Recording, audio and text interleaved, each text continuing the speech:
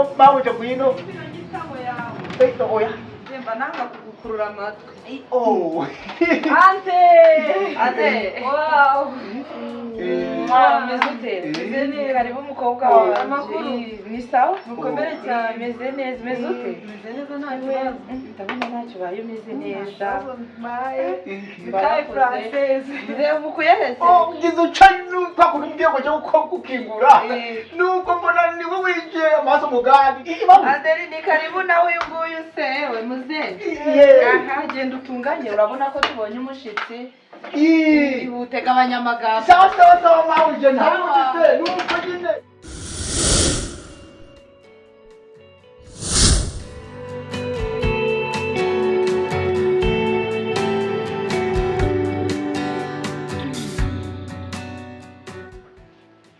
Ade Adeline yego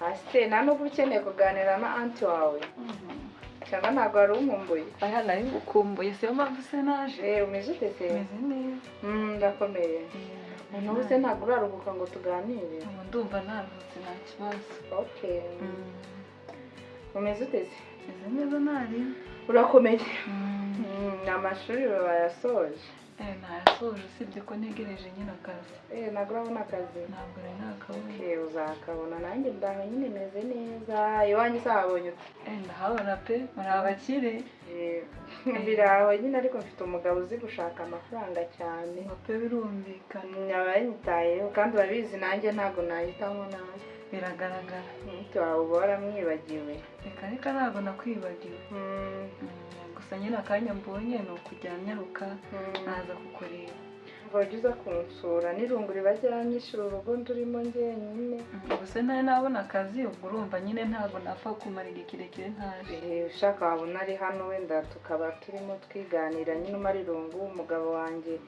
aba yagiye mu kazi yari amaze iminsi ariko ari muri konje ariko ndi kumva inyota nyinshi ntabwo se wa musaza nta wamboneye ari inyuma mu gikari ikibazo rero kumuhamagara ntajya yumva ndumva ntazi icyaka kiranyishe muzehe yakuri nako mabuja wawe karame mabuja na bene wanyu kigira inyitabo rero mabuja uramubagaye uranyakuye nje mabuja rero nje kugira kwani mu gikoni ndi gutunganya ndagama amasamaki ni twatunuze nyine kugira ngo tugere neza arabizi yari umushitsi rimba ruko mpona ashaka gutukana nawe se ndashaka amazi yo kunywa amazi yo kunywa se ntabwo mabuja kagazane mabuja tagiruke mbese ndo kurasi kwayo umusaza ajya ntera stress ante ku buryo waramukubita urutamukubise se hari ikintu yakora ntabwo ugomba gukubita umuntu w'umusaza rega by'ubusaza se ni biki abakozi hari igihe bakumenyera ariko uraba waramenyera cyane iyo abonye hari umushitsi noneho nta n'ikimenyera nka gukubita umukozi si byo bimwigisha akazi ahubwo ndumva gufitiye buri shuri kagira inkuru ariko urayigura kitabuze muri urugo ariko nta mafaranga uzi ko umukunzi wawe wa kera yaje umukunzi wawe wa kera yaraje yabaye umukire yavuye kwiga hanze mbese yitwa nde umukunzi wawe rakisi uramwibagiwe kuzamuraho gahunda nizo nkuru muri uru rugo umva soko ujye kubindira uzi ko uru rugo ngiye nubatse kandi uzansenyera sikihuta mabuja nakazanye mabuja gihe ntibeze babigize si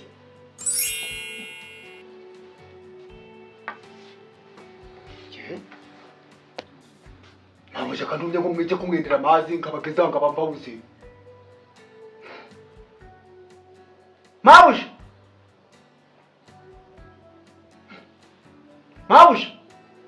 mabuja gihe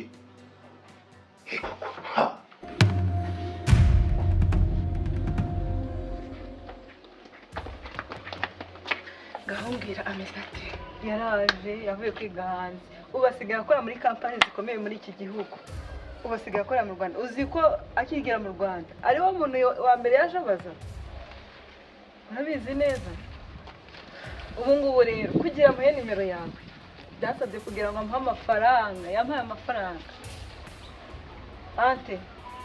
Ante seko agiye kure ntacyo mabuja mabuja kamazi nyine ni nagaze je mbese wowe ugenda gutumira ubu ngubu nibwo waruje nagize gutya birangora cyane nyine ndabundi reka nguzira amazi gutyo no uziko nagize no muri salo ndashaka no munsi y'intebe ndahashakishije ndakubura amazi sare nabuze nagaze je mu kaduki habaho kugorwa, habaho kugira ibibazo ukagira n'ibindi bintu bikuvangira. Muzeka bikangahe gutuma amazi ngo unzanire amazi muri aka kabido.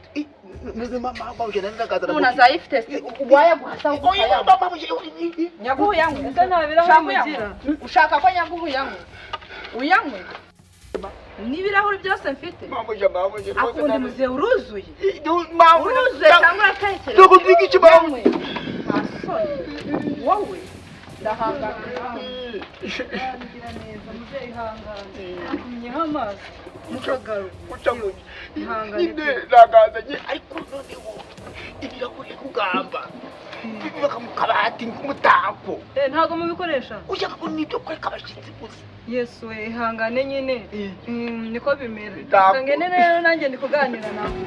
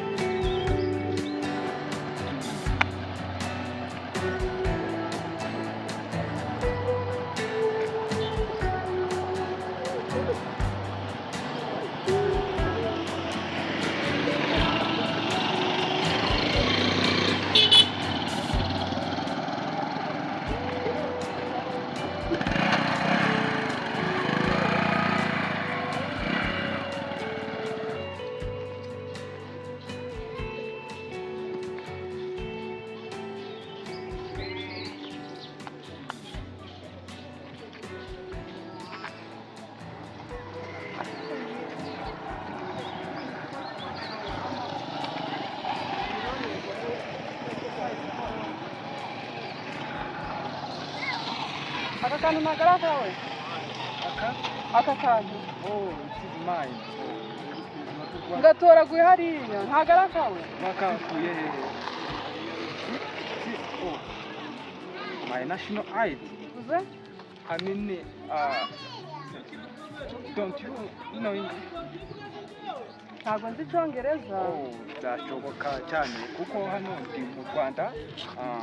I live abroad but currently I'm in Rwanda. Nkibona application kimara ku applyinga nkabona wari muri Cambridge nabonye ibintu biri so interesting ndavuga byibuze noneho ibintu byo kujya byajya kuri rwego ntabwo nzi icyongereza Ntabwo wumva icyongereza byashoboka cyane kuko hano mu Rwanda abantu benshi tibizi icyongereza. Jewe turutse hanze niho ababyeyi banje bavukiye bakuriye ubu ngubu we hanze nje hano mu Rwanda. So it was so interesting to hear that you have done your university in Cambridge. Cambridge ndayizi cyane university nziza ewan nyine nanjye nize Oxford ariko twagiye twumva amakuru menshi kuri Cambridge bigisha ibintu bijyanye na business management uburyo abantu musoreza Cambridge uba muri interesting muri business cyane pe tugeze mu kazi bitabyigaragaza n'abandi bantu naho bagiye biga. I like it so much. I like it for sure. Ni nabyiza gufatanya nawe ndabona n'igikuta baragisoje nari maheruka kikiri hasi bari kubaka fondation ndabona gisoje. Urumva kwezi mumaze mu mudari ni kunini ari ibintu byagiye bikorwa ndabibona bigisigaye n'amasuku ubundi akagahita nari kuvugisha company ikora amasuku nabo iminsi imbere baraba baje kuhatunganya. Wow, so interesting. Byiza cyane nanjye ubwo nakekaga ko nabyo biri mu byo ndibuze guhita nkurikira ariko warakoze cyane. So ababyeyi bawe bavukiye hano mu Rwanda ariko wowe ntabwo ari wowe. Ntabwo ariho mba hanze ariko mw'iyi minsi ndi hano mu Rwanda.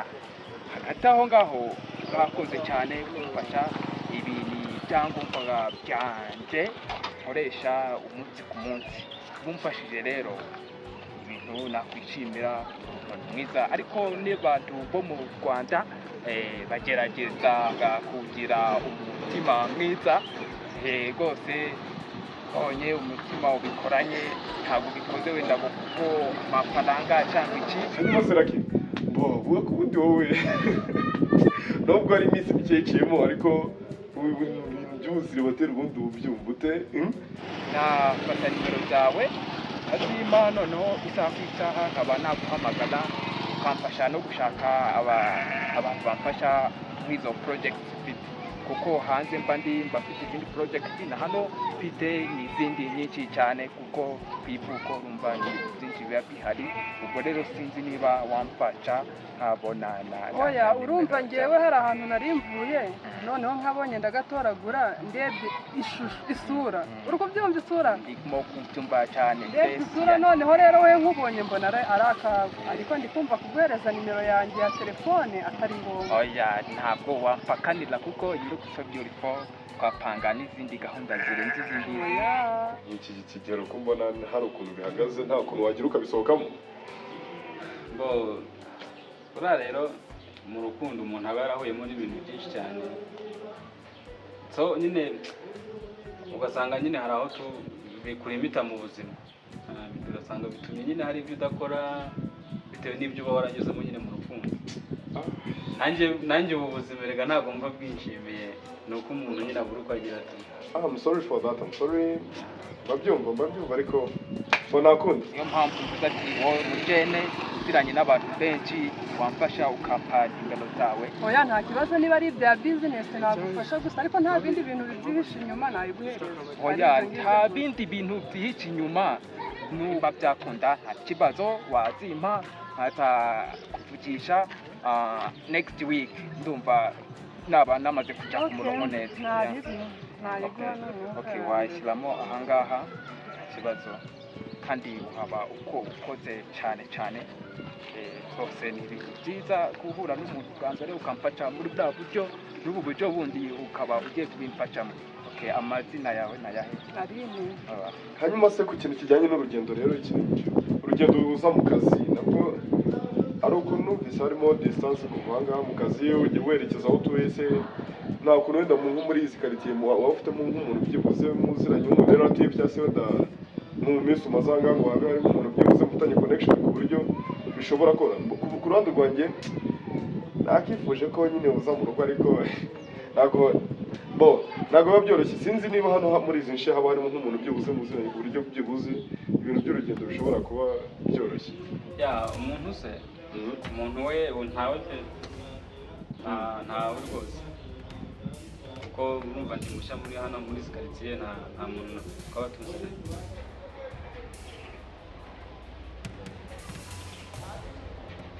ahubwo se bose wabuze umuntu witwa David kanitabiko ndabona ari ingenzi cyane. Okay, have your time, no problem. None se mubaze niba ari we rakuziranye n'umugore wanjye. Oya abyaba ari gutesha agaciro umugore wanjye imbere y'umukozi. Ariko se ubundi siyambwiye ko nta muntu baziranye inaha cyase Lucky sizi na rusanga ubundi. Hello? Bite Lucky? How are you? This is my love. I'm good. Nyine urumva cya gihe ntabwo twabonye umwanya wo kuvugana kuko wahise umbwira ko uri kumwe n'umugabo. Nta kibazo Lucky. Ahubwo se dusuye ryari Lucky? Ni vuba kabisa. Ni karibu Lucky. Hajya ngukorera muri aka gace ntuyemo? Yego. Ese Lucky ukora muri iyo company ni International Kids AIDS Company Limited. Mana nyagasani Lucky, ubu turi kuvugana uri kumwe nande? ya ndi kumwe na boss Mr. The Black. Lucky murahagararanye? Ya of course ntabwo nari kwitaba umukunzi ndi kumwe na boss. Lucky va mu byurimo ureka urwenya. Reka imikino n'umugabo wanjye muri kumwe.